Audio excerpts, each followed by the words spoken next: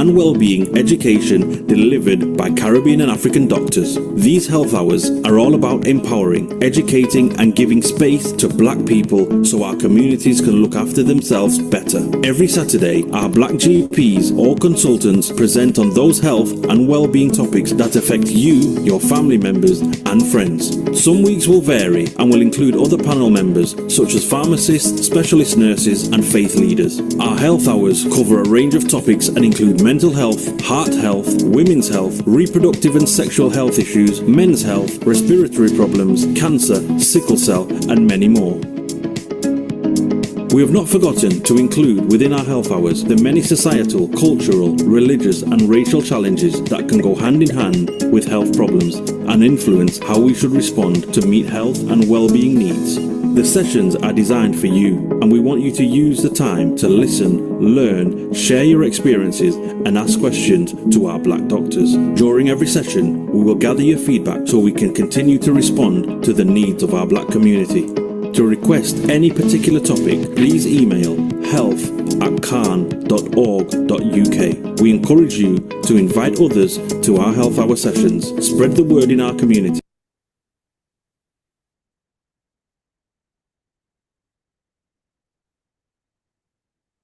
Morning, everybody. A warm welcome to you all. Today, we have the pleasure and the honor of being dazzled by a very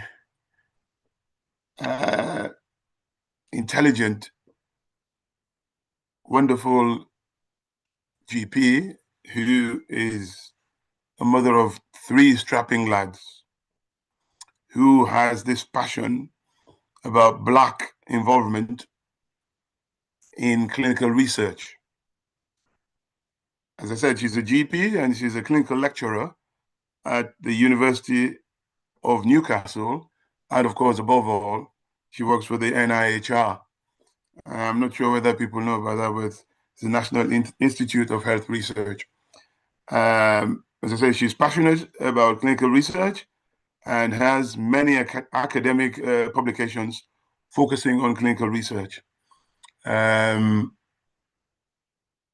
I would probably introduce myself just in case nobody knows me, but I would have thought I don't need introducing. My name is Mr. Mohammed Kamara. I'm an A&E consultant myself, and I've been with Khan for as long as I remember, I think about 5-6 years, and I'm one of the directors as well. So the lady I'm talking about, who is a colleague, who is a GP, who is a mother, and a research tutor, both for undergraduate and postgraduate, is Dr. Doyin Alao. So I'll probably, without further ado, because we're running a bit late now, it's like 6 minutes, I'll hand you over to her and she'll take us away with this very, very important topic today. Thank you so much. So over to you, Dr. Alao. Hello, everybody. Thank you, Dr. Kamara, for the kind introduction. That was a very kind introduction. I'm Doyin Alao. I'm a GP and an NIHR clinical lecturer in Newcastle University. I am passionate about research. I'm passionate about teaching, and that's why I'm really pleased to be with you this morning, talking you through the importance of Black representation in clinical research and also how we can safely participate. So thank you very much.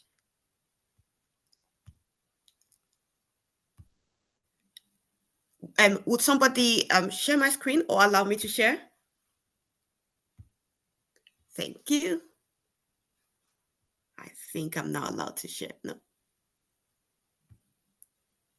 Yes, I'm allowed to share. Okay. So thank you very much this morning. I'm going to start with what is clinical education research? What is clinical research? There we go. Am I sharing nicely? Is it showing for you?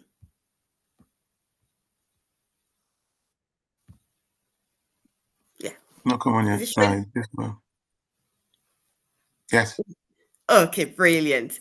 So clinical research is medical research on human subjects. So basically, research on human participants to understand clinical conditions. How do they present? How do they look like when somebody has a condition? Or research that is aimed at finding out or testing the effectiveness of methods for treating different illnesses, or even to find out the cause of the illnesses, like what can cause different types of illnesses.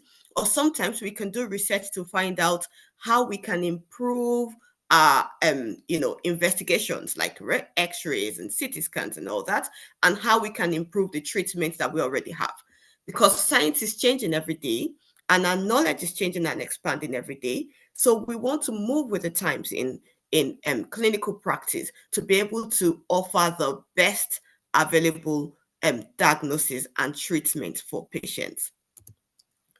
Now, why am I here today? I'm here today because I'm passionate about Black representation in clinical research. Black patients have higher rates of certain diseases like cancer, heart diseases, diabetes, asthma, pneumonia, but also we have worse outcome in certain conditions. So like maternal death, for instance, Black women are 5 times more likely to die from birth-related pregnancy, birth, and delivery-related illnesses than the general population. And that's a big number. Now, the other example is during COVID. Sadly, the COVID pandemic, it caught us unawares. We didn't know about it, but it was actually a test of the health system. During COVID, people died, sadly. Some people had illnesses and they continued to have symptoms even, months and years after. But what was really sad for us in the Black community is that Black patients had higher mortality with COVID. So more people were dying, more Black patients were dying with COVID, and we didn't know why. Now, what was sad is during COVID, researchers were doing, we had to do it, research very quickly to produce more, evidence about what works and what doesn't work for COVID. And because Black patients were dying more, they needed more Black participants to, come up to, to participate in the research. But Black patients weren't. So we didn't know what works for the Black community and what doesn't work. And that was sad. We felt quite helpless about it. Now, with stroke as well, Black patients are more likely to die from stroke as well.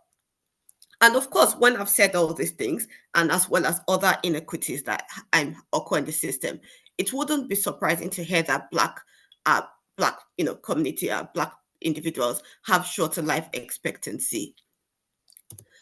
So it's important for us to know what works for our community, and that's why our representation matters. So when we have more Black representation in clinical research, it helps us to find out how diseases affect Black patients, what kinds of treatments are effective for Black individuals, and what are the culturally sensitive treatment approaches. Now, I'll give you an example. We've said Black individuals are more likely to have diabetes.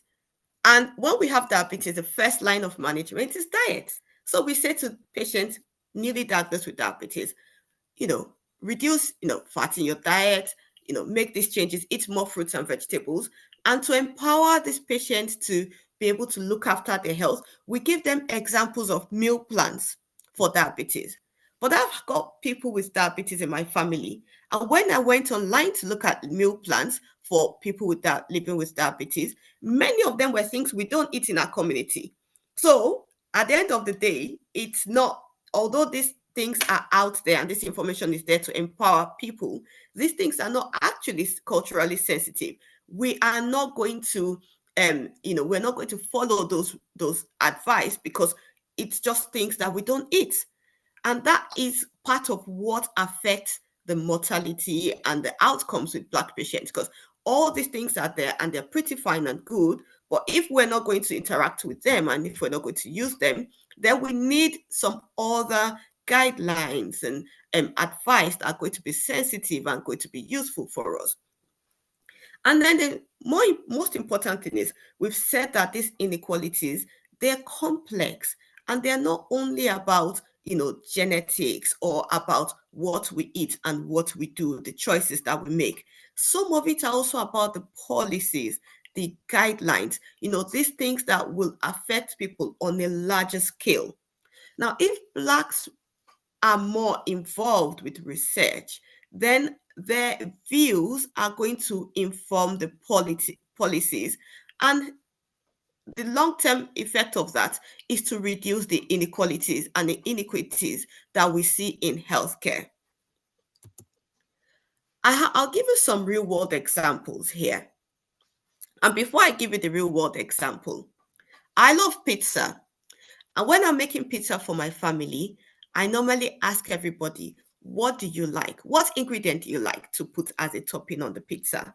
And everybody comes with, I like sweet corn, I like peppers, I like, chicken. And then, I put everything on the pizza. And then at the end of the day, everybody in the family, when they take a bite of the pizza, they will find something that they like there so they can eat it and enjoy it.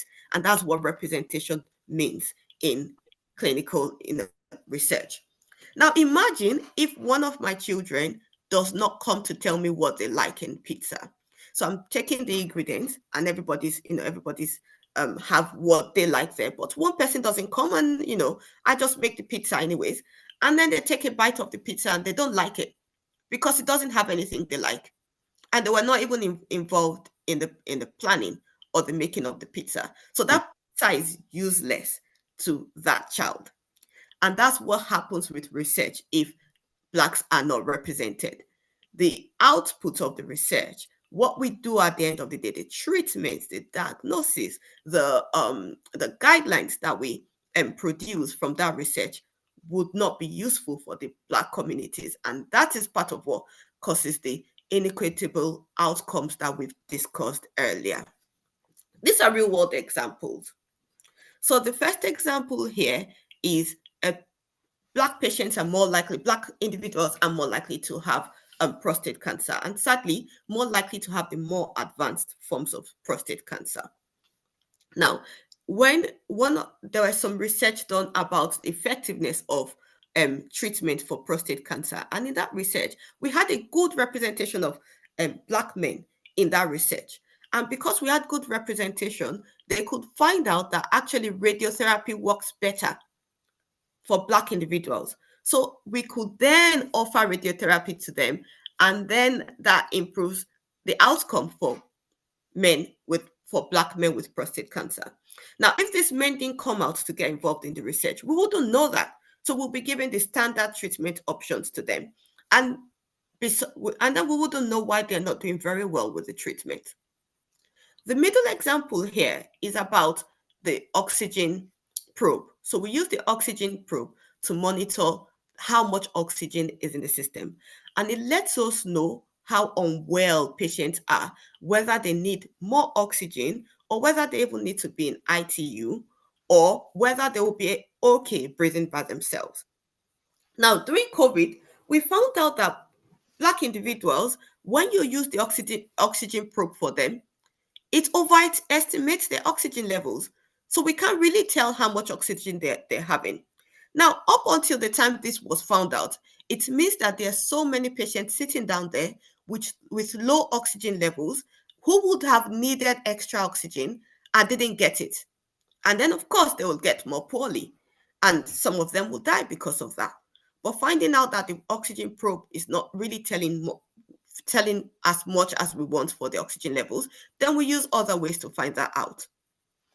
Now, the third example there is cancer genetic screening. Now, there were some tests done about testing, not genetics. So women that have been diagnosed with breast cancer, they do some genetic tests to see whether some medicines is going to work well on them or not. Now, the representation of Black communities in this test was little. So we couldn't really tell whether the chemotherapy, the medicines, is going to work well for that community.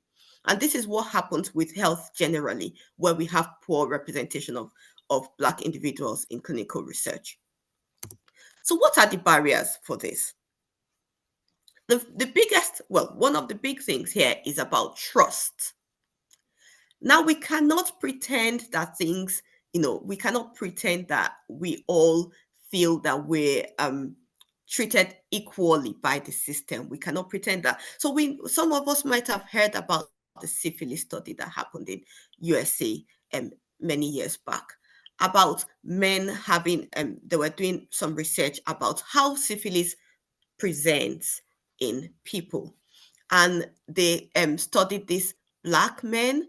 I didn't tell them that they were not giving them the right treatment for syphilis, and allowed them to progress with the disease, observed how syphilis affects people, sadly up till death as well. And this caused a lot of distrust among the Black community, particularly in US, about taking part in research. And we still have a lot of distrust as well in many countries as well about, Black communities taking part in research. But this situation led to guidelines and protocols about ethical research practice. And because of all these kind of situations, we now have rules about how to involve patients in research to make sure that we're minimizing the risk, but also we're telling them exactly what is happening, what the likely risks are, how they can get support, and whether they really want to take part or not. Then there's awareness. Some of the issues here is some Black individuals do not know how to take part in research. Even if they want to take part, they don't know how to take part. They don't really, even though researchers are trying to, reach a wide range of people, those researchers themselves don't know how to reach the Black communities. So their campaign to get more people involved in research does not reach the Black community as well as it reaches other communities. And then the Black individuals don't know how to do it. And we'll talk about how to address that. And then there's the spiritual beliefs as well. So sometimes there might be beliefs around, illnesses and diseases and cure comes from God, which it does, but also there might be beliefs about, well, research is harmful and it has no place in how illnesses and diseases work. One of the things we said about the awareness is that there are fewer Black researchers, which means that there's, again, we talked about trust. So if you see somebody like yourself inviting you to take part in something, then you're more likely to take part in that, isn't it? So with having fewer Black researchers, it makes it harder to recruit Black individuals into health. But also, Black people like me will understand how to communicate and how to reach out to the Black communities. But with less Black researchers, then it's harder. And then lack of outreach or access. So we talked about that in awareness, isn't it? So some Black individuals just don't know how to do that. But also, even if they know how to do that, there might be some other barriers to them taking part in research. So it might be about language barrier. It might be about transportation. It might be about who is going to look after the children whilst I attend these visits, or who is even going to look after my parents that I'm caring for, or even, financial reasons as well. Going and coming is going to cost things. So all these things as well affect Black involvement in research. So if you're going to get involved in research, I thought if I give you some ideas about, what might happen with your involvement in research, it might help to, kind of reassure you as well, and, know what to maybe encourage you as well to take part in research. So when we ask people to take part in research, sometimes we might be asking them to just share their views about what it means to live with certain conditions, or their views about maybe, eat, diet, or exercise or things, or even their views about the experiences with the GP or with the surgeries to improve those experiences. It might be about reporting your symptoms only. So they might follow you up. So if you have a condition, for instance, and they want to know how that condition, how it progresses with time, it might just be about reporting what you have. Did you have breathlessness? Did you have this? Or every time you have breathlessness, you let us know. So then we write it down. So they might not do anything different to you. It might just be having the standard treatment, but you're just, coming from time to time to say how, that illness might be affecting you. The same thing about reporting exposure. So they might say, okay, this number of people have COVID and they had long-term COVID. We want to know what has happened to you. What are the risk factors for long-term COVID? So they might be asking you things about, have you ever smoked? Do you do exercise? How much exercise do you do? And those kind of things. What kind of diet do you have? Just to know what are the risk factors, what makes people have that long-term COVID or not. Research might be more, I won't say invasive, but not in that term, but it might be more about telling and reporting. It might actually involve taking measurements. So they might ask you to come to the hospital or the general practice surgery maybe every 2 months to take measurements about your blood pressure. It might be your weight and height. It might even be asking you to give some samples, maybe blood sample or urine sample, to check whether you have certain things and monitor certain things in the body. But they will tell you this when you are enrolling in the research, and they will tell you how long as well. So I've moved to providing samples as well. And then the last thing, which is we call them clinical trials, is to test medications. So they might want to test the effectiveness of medications. Now, I'd like to reassure you that before they start testing on human beings, they would have tested these things in the lab. They would also have tested this medication on a small sample of healthy individuals to see the safety of these medications and to see if there's any side effect. And then they test on larger samples of individuals with the condition that they are trying to monitor. And then, of course, they then test it again with a bigger sample and use it normally in normal life and see how that works in normal life. So there are many safety procedures before they start to give you a medicine to test. Now, if they ask you to test a medicine, usually what they do is they take a group of people and they kind of divide those people into 2 arms. One arm is the test, the new medicine, and then the other arm is either a placebo, so it doesn't have that medicine in it, if that is appropriate, if it is appropriate to not treat, okay? Or the other arm will be what we normally do with that patient, with those groups of patients. So let me give you an example. COVID. Now the standard treatment for COVID with people with low risk is to just watch and wait. We don't do anything, isn't it? Now, we can take a group of 1,000 people, divide into 2 arms, 500 people, new medication. We've already done a lot of safety trials before this. We give them that new medication. And then the other 500 people, we give placebo, nothing in it, but it looks like the medication. And then just observe them over 2 years to see whether they, got better with the COVID, which of the 2 arms had long-term COVID or not. And then it helps us to know whether that new medication is actually doing us good or no good at all, or actually maybe more harm than good, and then we withdraw it from the market. So if you want to take part in research, what are your rights? The first thing is adequate information. Like I told you, because of the historical things that have happened with ethics in research, there have been guidelines. So when researchers like us want to recruit patients into research, we have to go through ethics. And that ethical procedure is to submit it to a group of people that will check what we're going to do to protect the patients or individuals that are taking part in the research. Okay, and for you, it's important to actually find out if that research has undergone ethical approval, because if it has, it's a kind of safety check to say, okay, many things have been done here to make sure that they're doing it right and they're not causing me any harm. So you want to check that, have they undergone ethical approval? Which ethical committee had reviewed this research process, and what was the outcome?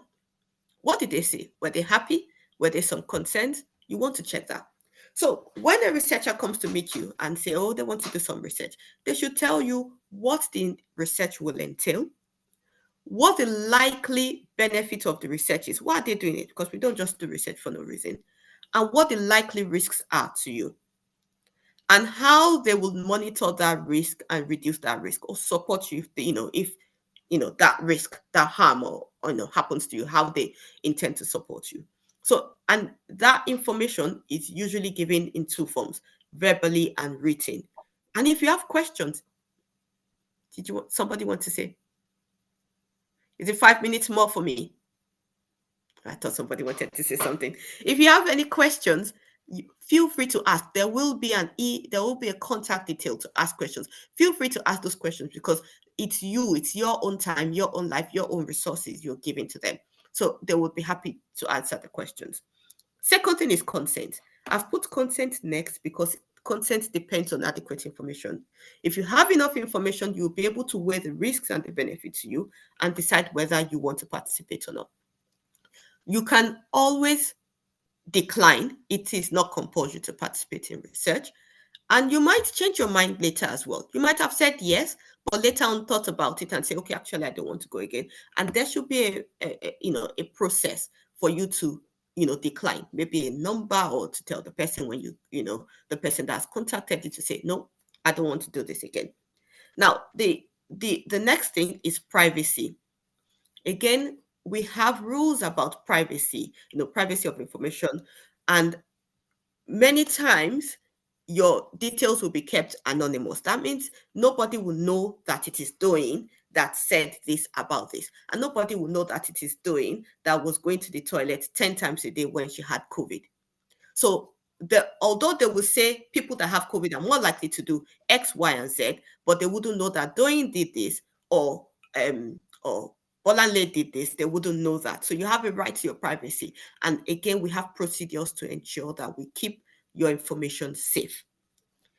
I've put reimbursement or support to participate. Most of the time, participating in clinical research is free. It's done willingly, and they don't give, you're not paid for it, kind of. You're not giving money for it. But we've realized that sometimes there might be some barriers to participation, like traveling, like caring for loved ones, or for children, or for parents, or even sometimes you take out of your personal time. You have to leave work to go and participate in research sometimes, isn't it? So some research will have provisions for that. So if you have any particular barrier to taking part in research, discuss that with the people recruiting you, and they might have some things in place for that. And I forgot to put there as well, translation service. So if you have any assessment requirements, so maybe accessibility, like, wheelchair or language or hearing, those kind of things, it's worthwhile discussing with the team. They might have some support for your involvement, because we actually need a diverse involvement in research, so that whatever we say is the treatment, or is the good diagnosis, or is the good way to approach this, will work for a wide range of people. Now, I put results there. Many times we take part in research, we want to know what happened at the end, isn't it? So you have a right to know what the results were. What have we learned from it? And how is it going to change our practice? And you can always ask again, the same people that introduced you and to the research, or invited you to the research. You can always ask them, please, can you let me know when the results are out? Sometimes it can take so many years, and they might give you a website or a web link that you will find the results of the research here when the results are ready. So how can you participate then? If you're interested in participating, and I hope I've encouraged you here to participate, you can speak to your healthcare provider. That could be at your general practice surgery, or the hospital if you are receiving treatment in the hospital. Some of these healthcare services are research active. So you will see some posters on there saying, we're research active, we conduct research here, and here's the number or the website if you want to sign up to research. Okay, so, or if it's not there, you can always ask. Sometimes that's on their website as well. But actually, you don't have to do that. You can actually check the website of the local university, because they'll be having so many research going on. And if you don't find it there, you can send a message to, you can email the contact there. Now, I've put this link here It's NHS UK and it's about clinical trials. It tells you a lot of information about clinical trials, how it works, what the risks and benefits are, what your rights are. But very importantly here, it tells you different groups that recruit individuals to take part in clinical trials. So you can set up those groups and then check in your area to see, if they want something that you can take part in. And then finally, you can sign up to various registers of people that want to take part or newsletters. Because I'm part of NIHR, so I can tell you about NIHR, but there are other charities, there are other groups and charities that actually have a register or a newsletter to let people know about research. So for NIHR, it's the NIHR Be Part of Research. There's a website that tells you again about, taking part in research and what's your rights and everything. But actually on that website, you can put in your postcode and it tells you the various research that takes part in your area and how they are recruiting and who they would like to take part. So you can then, contact them and take part in that research. So it's very good if you want to take part in research. And sometimes you might just look at that website to see what research is happening. And maybe you might be interested in, just knowing what's happening in the area. Or you might have a medical condition or your loved one might have a medical condition. So for instance, dementia. And you want to see what research is happening about dementia. So you can put in dementia there. And it tells you the various trials that are happening about dementia. And you can then contact the people saying, I want to take part in this, in this. And then they can let you know, how to take part in it. So it's really, really good for people that want to participate in research. And it's also good for people that are just curious to know what's happening in the, around them. I'm going to share you an example of a real life story of a Black individual that got involved in research. So Nicholas, he works, and this is on NIHR Be Part of Research. There are more stories there. He works with the ambulance service, and he participated in the post-hospital COVID-19 study. They wanted to know, what happens to people that have been hospitalized. And this tells you his experience, examples of what happened. So he tells us that he had 4 visits in a year, and he had some blood tests, he had breathing exercises, and he also completed surveys online, asking about, his lifestyles and other things. But what he found, what he also had to do was to speak to researchers about, his experiences. And sometimes I told, even though the participation is about, there's no direct benefit to you, sometimes you see some benefits from the research. So for instance, he was referred to the counselor because they found out that he's having flashbacks, which can affect his mental health. So those are some of the, goodies of taking part in research. And then some other goodies are you get, because you are going to visiting the hospital a lot of times, you get, more checkups, and then they can find out if something is wrong and treat you quickly as well. And then you can know more about your body as well. You know about your blood pressure, you know about your cholesterol, you know about this, if those are things that they're checking. But also some people just like speaking to people, and it makes them happy to speak with people. So Nicholas says we need to keep going with research, and I'll end with that. Thank you. Thank you so much, Doc. That was wonderful, succinct, and I myself have, learned a lot. I am not directly involved myself with research, but I've always been, as I say, someone passionate about that. So just to add to what Doc has said, for me, in my view, why is it that, us as Black or ethnic minority communities need to be involved with research? There's a few things.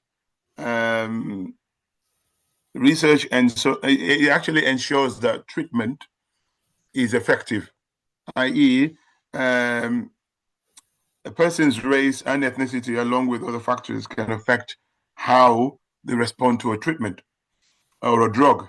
And so therefore, a clinical trial will help to actually establish that, adequate representation in trials is critical for understanding those differences that I've just mentioned. The disproportionately high incidence of disease, as Doc mentioned, amongst us is also a very good reason for us to actually find out why it is such people or some people like that and other people are not. And I think that is important, because what you don't partake in, you wouldn't actually have any nuance of actually how it works on you. It actually also drives new discoveries, from what I know. And so therefore, if you have diverse participants in studies, this can lead to groundbreaking discoveries that might otherwise be missed. So it's important that, and of course, above all, it improves, as Dr. said already, health equity. For decades, I mean, she mentioned Tuskegee, where the syphilis, I would say, unethical, treatment or research took place. But for decades, health research has been conducted mainly on populations of European descent, and leaving knowledge, gaps concerning other groups. Now, increasing the representation of our people in clinical research, in my view, is crucial, and it's a step that is required towards achieving health equity by ensuring that all communities benefit from scientific advances. I think she will definitely agree with that. So, you talked about COVID, Doc. Now, again, that Tuskegee experiment, albeit unethical, came into view. It loomed really large, because I was involved in the trial, that trial to get the uptake amongst our people to be really high of the vaccines. You may have seen bulletins, you may have seen recordings and things about me in that regard. But what I found was people didn't trust the individuals doing that. And so my question is, how do we increase this trust? Because everybody cites, look at what they did to us in Tuskegee. Our people died, some of them 3 decades, looking at, syphilis, first degree, second degree, third degree, and then fourth degree. And as you said, up to death, which to me is the most heinous crime you can commit on human beings. And if it wasn't for the fact that there was a journalist that blew this out of the water, we wouldn't have known about this. So what I'm trying to say is, how do we increase that level of trust amongst our people? Because that's what they're saying. If you have cancer for how many hundreds of years and nobody has found a vaccine, and yet within 12 months you found a vaccine for COVID, what is that saying about us? So I don't know what ideas you may have that would probably try and dispel this myth and push us forward. Thank you. So that's very important. And like we said, trust is very big. Like you said, I can't spend the whole day talking about it. Now, to promote trust in the Black community about research, it's about information. Information is key. And when I say information, I don't mean just the good things. It means everything. So if you want, if you want us to take part in research, you have to tell us what the research is about. You have to tell us what taking part in research entails, what the good things are and what the bad things are, being transparent. And also, you have to connect, because trust is usually based on a good relationship. So that relationship has to be there. And what do we mean by connecting? It means speaking our language. When you come to us to invite us to take part, know what matters to us and talk about those things that matter to us. So if, for instance, let's talk about the COVID now. If you come to me asking me to take part in COVID, if you tell me that I know that Black individuals, are more likely to die with COVID, and that is a problem for me, already you've got a bit of my attention there, isn't it, and trust, because it's like, okay, that matters to you. Okay. And then if you talk about, let's say dementia, for instance, about those cultural values about dementia, if you are aware of those cultural values of the Black individuals or the Black communities, and respect those cultural values in your relationship with them. And so that's why we said information that is put out to the Black communities have to be culturally sensitive. It has to speak to us. If it speaks to us, then we're more likely to trust. Now, the other thing about trust is I'm more likely to listen and value what people say if they share things in common with me. So we want more Black individuals to be involved in research. So that's researchers themselves, but also, even apart from the researchers, there's something we call public and patient involvement in research, and also in health. So if we increase the Black participation in public and patient involvement, then they will be able to serve as an intermediary between the Black communities and the researchers themselves. So I'm encouraging you as well, whenever there's an invite for taking part in PPI in research or in health, take part so that people can know more about our values and connect more with us. Thank you. Thank you for that, Doc. Now, there's a question from YouTube. They're saying some issues can be related to finding the veins on darker people with darker skin, and sometimes the veins are smaller for some people. Now, obviously, this can be off-putting because they end up being like pink cushions, if you like. They're saying maybe people are not well trained in phlebotomy relating to people with darker skin. And so I don't know what your take is on that, because I know for certain that my close relatives had to suffer the same thing. And I find it common amongst the phlebotomists that whenever they have to deal with someone with a darker skin, they find it difficult to find the veins. Yet, people with tattoos all over their bodies don't have that similar problem. So I don't know what your take is on that. Thank you. So it's about training. This is about training. So although we are talking more about clinical research here, but also we want to have more evidence as to how to train our staff, the healthcare staff, to relate better with the Black communities.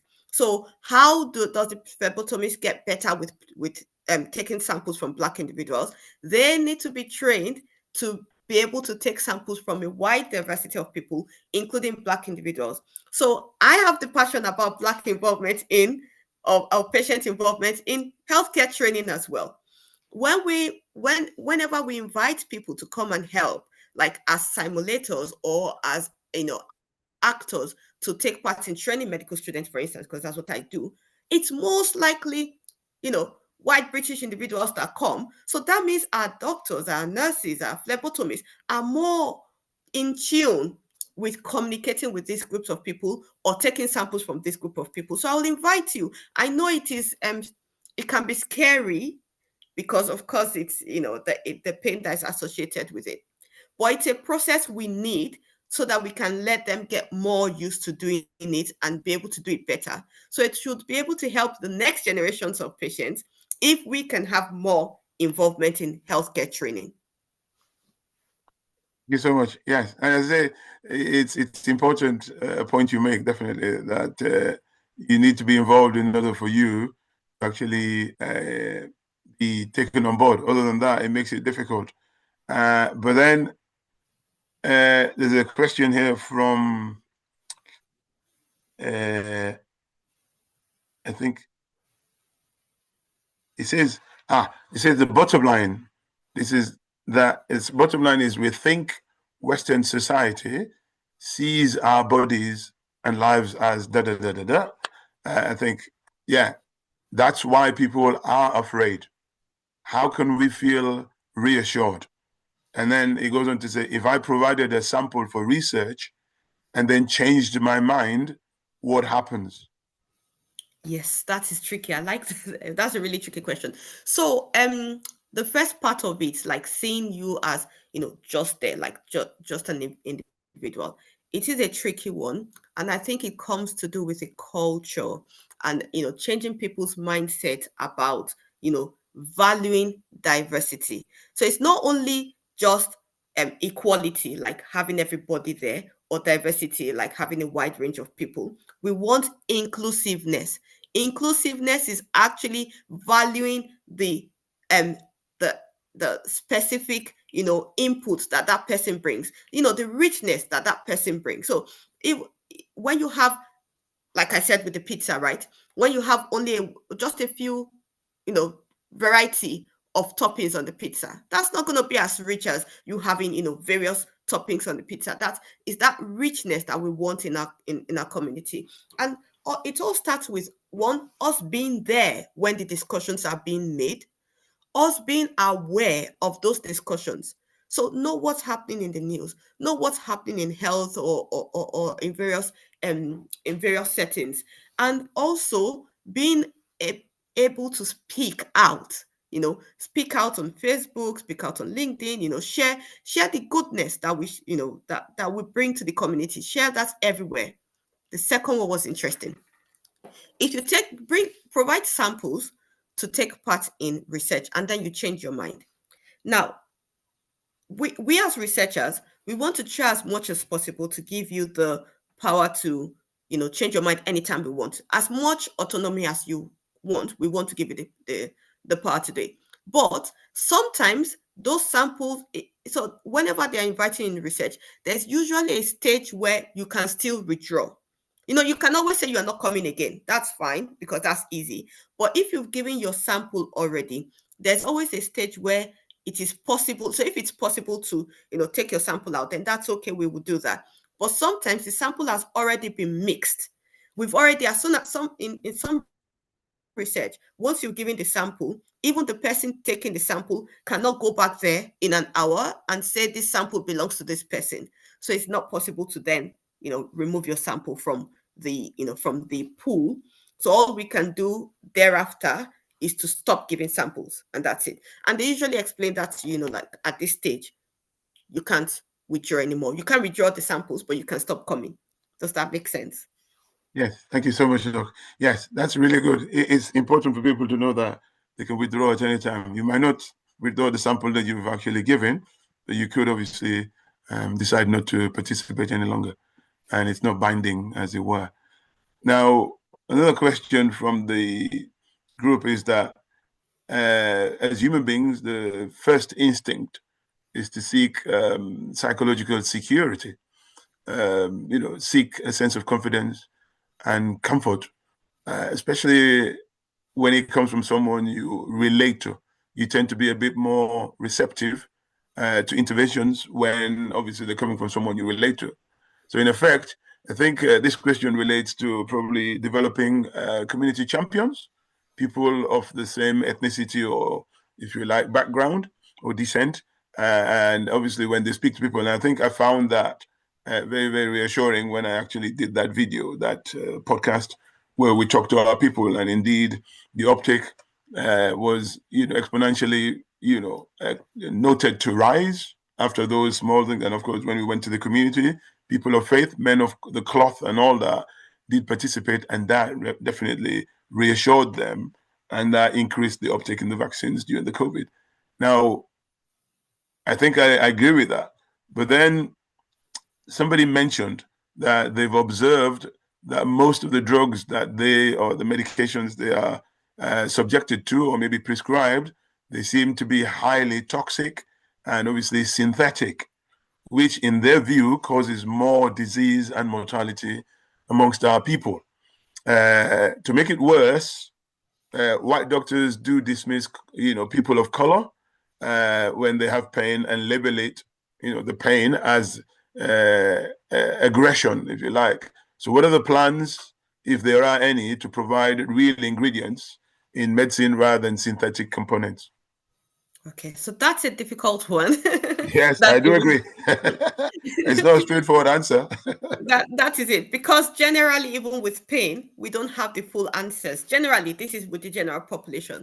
And when you talk about dismissing pain in Black individuals, I agree with you. Some people find it difficult to understand our non-verbal cues of pain, frustration, and things. And then the easy label is aggression, because you don't understand, like all the non-verbal cues. And I went back to communication, isn't like training. So we're working on training our healthcare staff to be more open with, a wide variety of individuals, not the individuals they've been used to, when they were growing up and all that. So this is one of the problems, the challenges we're experiencing, and we're working on that. In terms of the ingredient for pain and making it, less, it is something in progress. We don't have answers to pain yet. We don't have answers to, what works best for pain at the moment. I don't know if Dr. Kamara wants to. Well, we're given by the if you believe in God, the natural painkillers, the endorphins were endowed to us and were given to us, and these do work. and the pain perception differs from one individual to another. What works less for one person works more for another.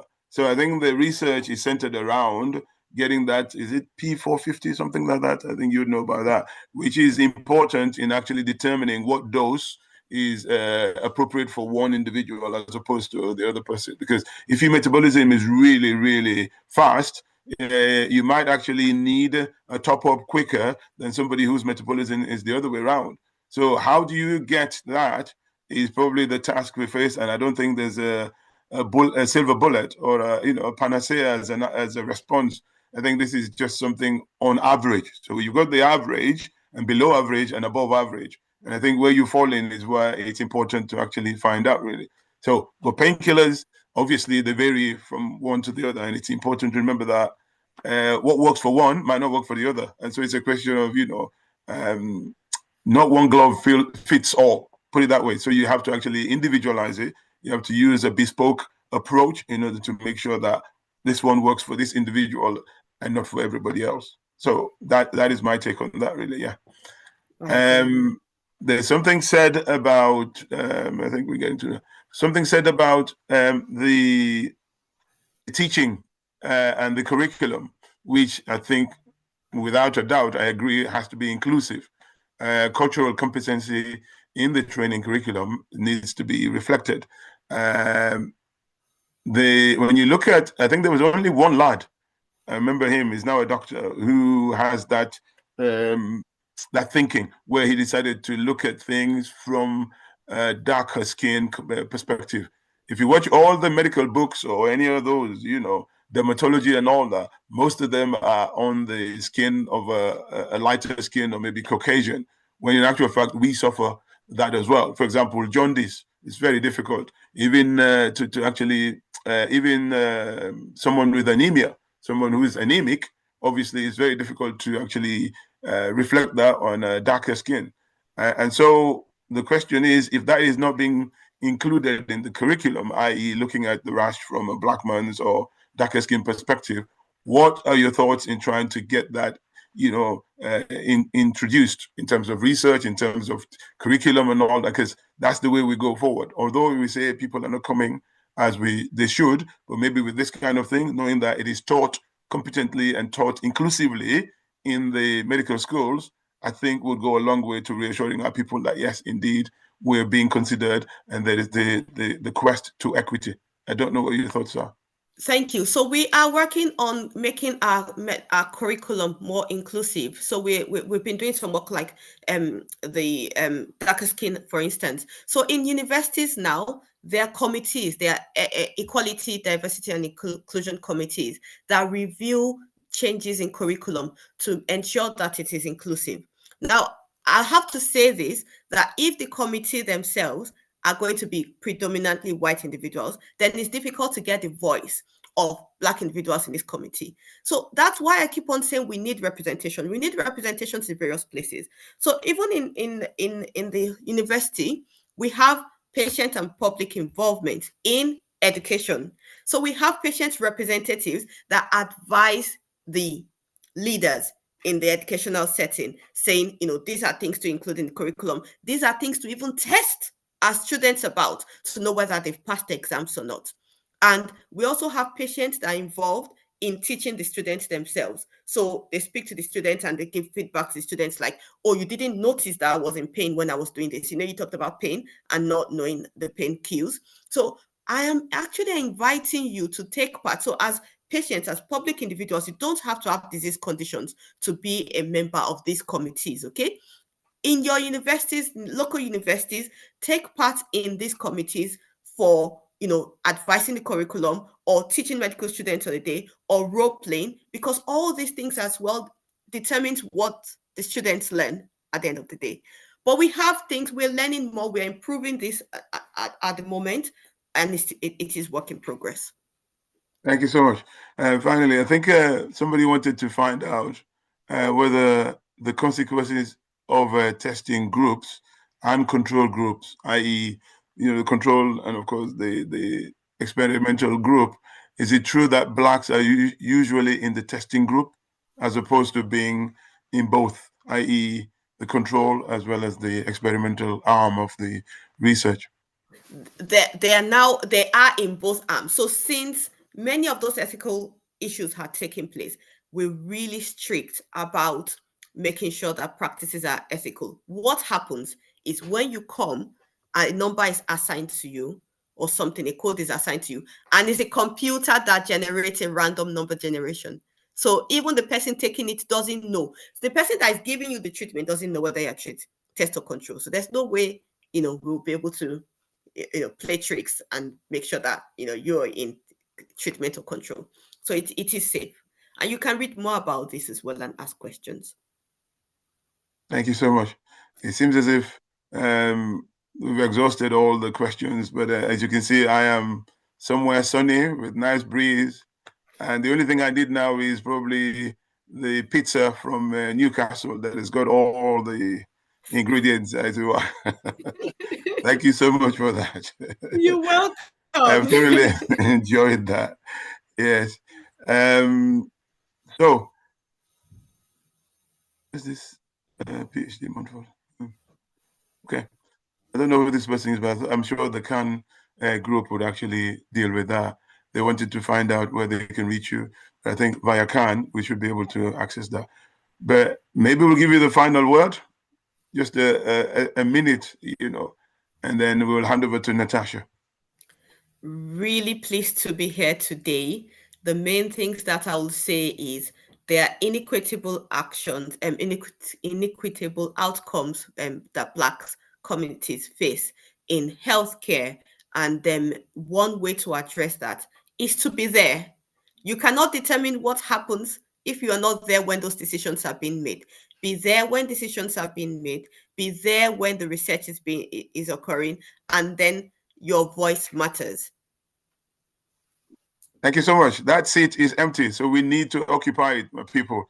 We need to be heading the queue rather than staying at the back end of it, because this involves us, and we cannot be more serious than this because we have to be there. It's only when you're there that you'll be considered. If you're not there, there's no chance of being considered.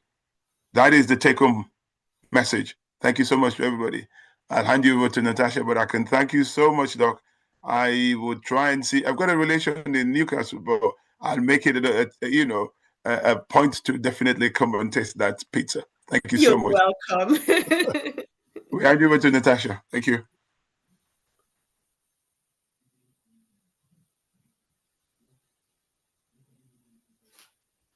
Firstly, thank you both, doctors. I think you had a great interaction. It was the first time that you've been presenting together, so it's very interesting to see you both, how well it went. I wanted as well to say personally, I learned so much, even though I work with Khan and we are so on board with research and we know so much of the importance of it. You added a piece that I can just look for research. I can apply, there is various pieces of research. I don't need to be waiting to be contacted. So I can proactively search for research pieces that I can be part of. So thank you. Really, really interesting session, loads of questions. It comes to show as well how informed our community is, because people are making very specific questions, asking very specific questions. So yeah, it's just really, really important. I wanted to share with everyone for the first time. I thought I was having a sharing issue. So just sharing my screen now. Regarding what we have next. So every Saturday we have Health Hour. The topic is to be announced, so do stay tuned in with our social media, with our WhatsApp groups. We'll soon announce the topic for next week, but we'll certainly be here next week with more health awareness literacy information. Khan has a very important gala coming up. So it's our Black History Month gala. We don't miss an opportunity to celebrate our community. We have had an award ceremony towards the beginning of the year towards Black healthcare professionals. This one is more turned to people that are working within our community. VCSC, public sector, youth, students, just people that we want to highlight that are not always celebrated.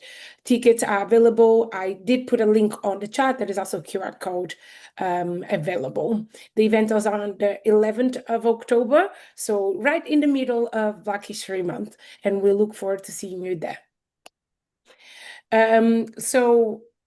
For us, Black History Month is not just a one-off, is all year round, to be honest, but we do start with an event that we have in 10 days.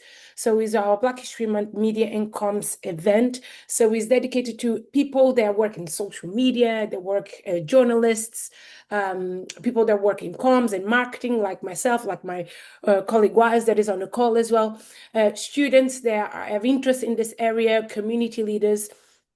So it's all about how do we get together to make sure that Black History Month is celebrated with all the pomp and circumstance and visibility that it deserves. We have two amazing speakers that are speaking on different topics on history of Black History Month and Pan-Africanism. Also, we have another lady, Melissa Sidogo, coming to speak about how to tell Black stories in a different way with different fresh eyes. She's a very experienced, awarded journalist. So I'm really looking forward to see you there in this free event. Again, link is on the chat as well as the QR code.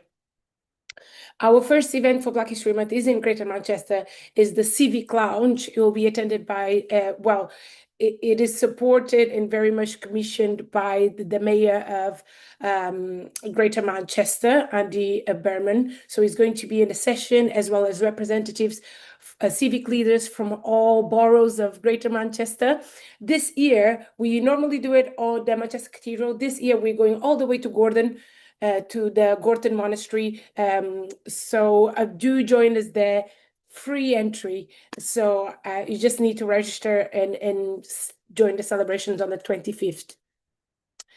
For the same event, there is stall opportunities. We're still looking for stalls. So if you have a small business or organization, there's a really important message that you want to share. We are going to be at this event, as I said, very well attended. Always a full house. So if you want to showcase what your business does or what your organization does, or even you as an individual, do submit your interest through the link. And we have a very interesting project going on in collaboration with Eva Peel. It's all about Black women's health and gynae health. Apologies, definitely that's not my area of work. I'm not a healthcare professional. I'm just a comms person. But yeah, it's all about gynae health. Is about those safe conversations that you can have with our public health specialists here in Cannes. That is compensation for travel support and refreshments. And we're looking for really intimate small groups of 8 to 10 women. So this kind of connects to our conversation about research, how important it is to, be a participant in research. It is things like this, which is like kind of focus groups and conversations and collecting your experience, and is of course completely confidential. The contact is on the screen if you wish to register. I know there's already groups going, and we really look forward to welcoming you. I just want to thank you all for attending. Health Hour is for you. This is why we are here every Saturday morning, and I do look forward to see you next week. Thank you.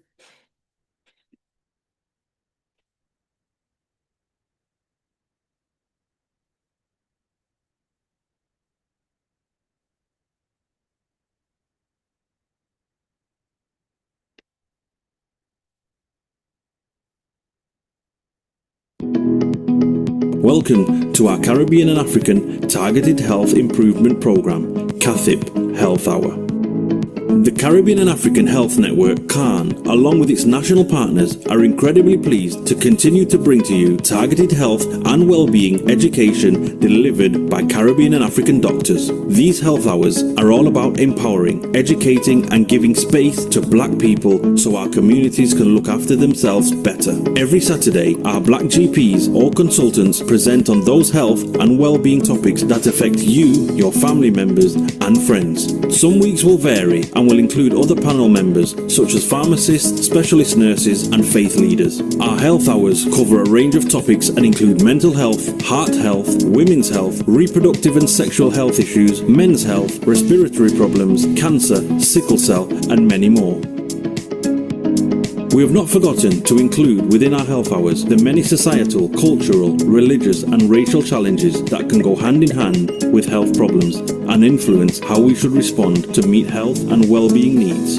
The sessions are designed for you, and we want you to use the time to listen, learn, share your experiences and ask questions to our Black doctors. During every session, we will gather your feedback so we can continue to respond to the needs of our Black community. To request any particular topic, please email health@can.org.uk. We encourage you to invite others to our health hour sessions. Spread the word in our community